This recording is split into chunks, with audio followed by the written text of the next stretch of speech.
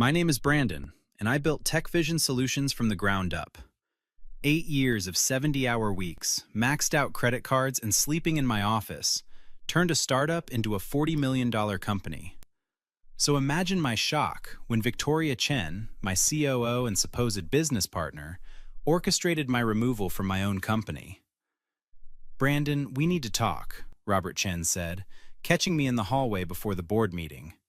He was our lead investor and Victoria's uncle, which should have been my first red flag. "About what?" I asked. "The board's calling an emergency vote today. Victoria's raised some serious concerns about your leadership." My stomach dropped. What concerns? She never mentioned anything to me. Employee complaints, financial irregularities. She's got documentation. I walked into that boardroom like a condemned man. 6 board members sat around the table, Victoria at the far end with a stack of folders in front of her. "Brandon, please sit," Victoria said, her voice dripping with false concern. "We need to discuss your future with Tech Vision." "My future? I founded this company." "And we appreciate that," board member James Morrison said. "But we have to consider what's best for the company moving forward." Victoria slid folders across the table. "I've compiled reports from multiple employees alleging hostile work environment, inappropriate behavior, and reckless financial decisions." "That's complete bullshit," I shot back. "Who made these complaints?" "The employees requested anonymity," Victoria replied smoothly. "But the patterns are clear. You've become volatile, unpredictable. The company's at risk." "Show me one shred of actual evidence." "The evidence is in these reports," she said. 3 employees citing verbal abuse, 2 documenting your unauthorized use of company funds for personal expenses." "Personal expenses?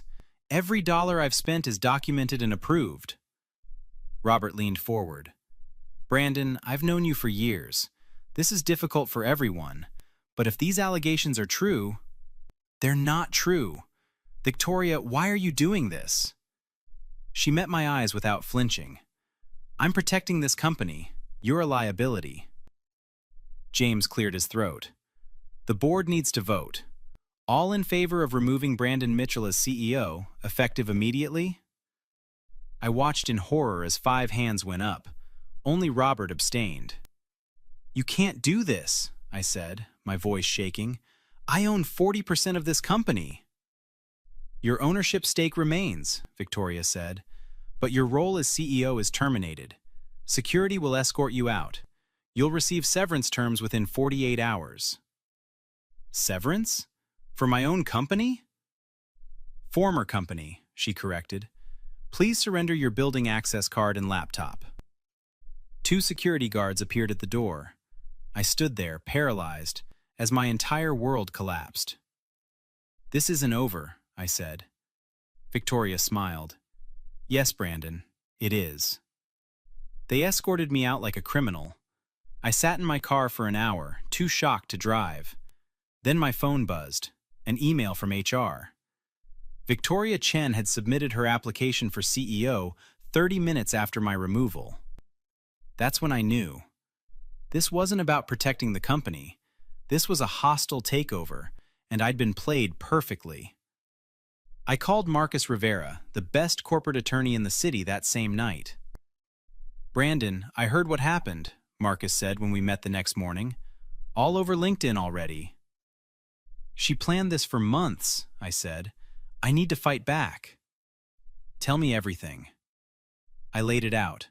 The fabricated complaints, the convenient timing, Victoria's immediate job application. She used her uncle's influence on the board. They never even verified her claims.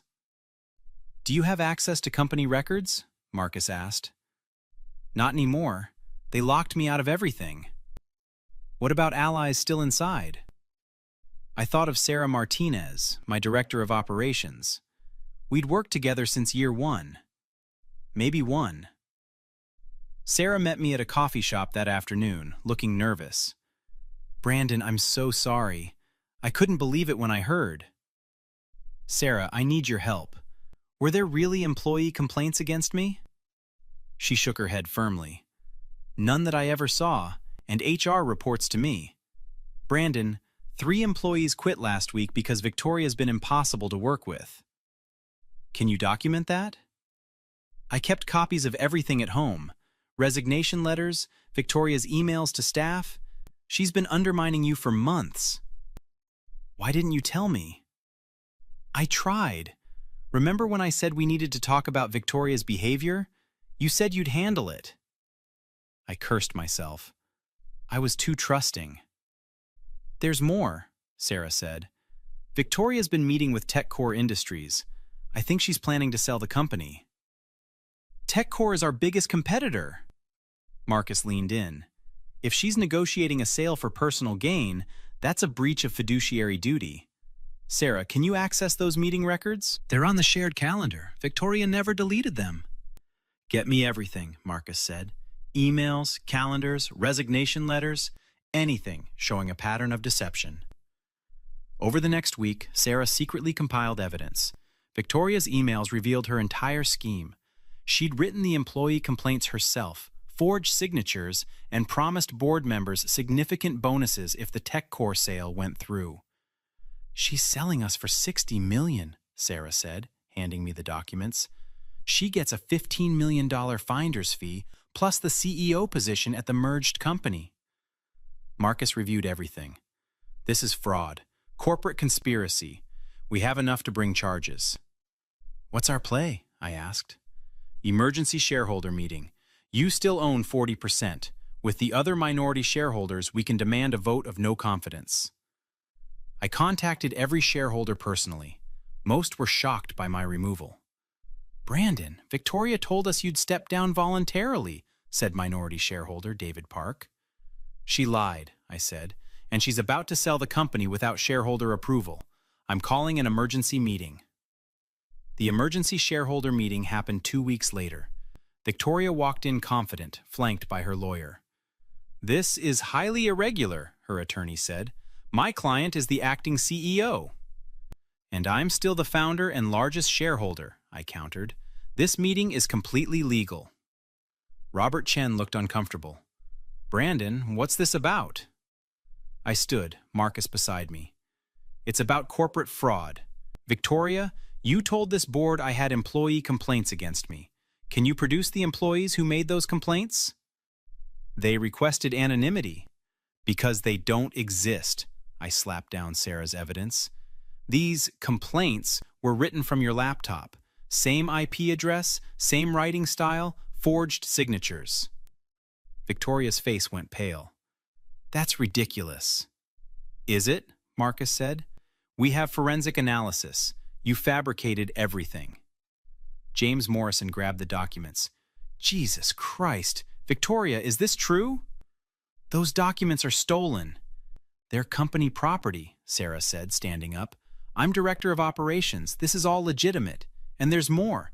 Victoria's been secretly negotiating to sell TechVision to TechCore for personal profit.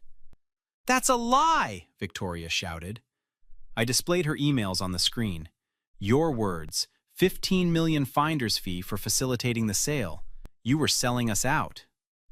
Robert stood abruptly. Victoria, you told me this sale was in the company's best interest. It is. Brandon was driving us into the ground. Our revenue's up 30% this year, I said. You wanted me gone so you could complete this sale without interference. Marcus handed out more documents. Victoria Chen conspired to defraud shareholders, fabricated evidence to remove Brandon Mitchell, and attempted to sell company assets for personal enrichment. We're filing criminal charges. Victoria's lawyer whispered urgently to her. She shook her head, desperate. This is a misunderstanding, she said. Brandon, we can work this out. No, I said coldly. We can't. You tried to steal my company. Now you're going to face the consequences. I call for an immediate vote, Robert said, his voice tight with anger. All in favor of removing Victoria Chen as COO and CEO, effective immediately? Every hand went up.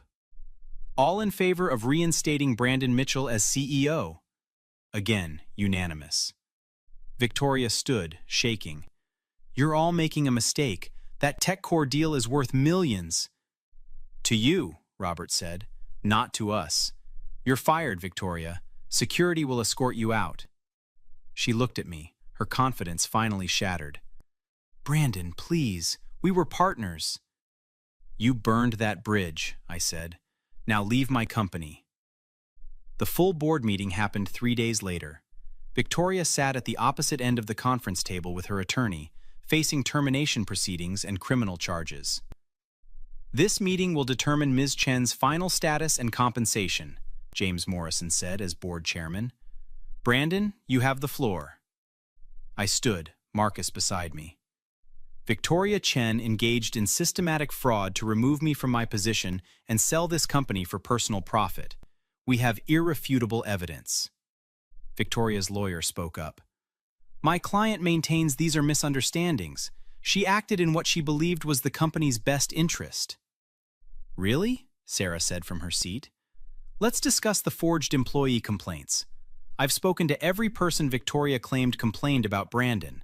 None of them filed anything. 3 didn't even work here during the alleged time frame.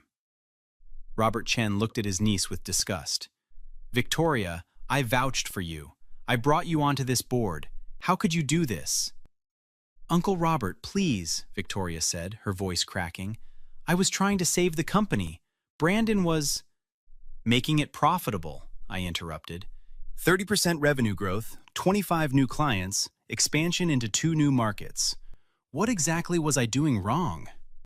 She had no answer. Marcus distributed additional documents. Ms. Chen's communications with TechCore Industries reveal premeditated fraud. She promised them exclusive access to our proprietary technology in exchange for her CEO position at the merged company. That's corporate espionage, James said, reading the emails. Victoria, you were selling our trade secrets.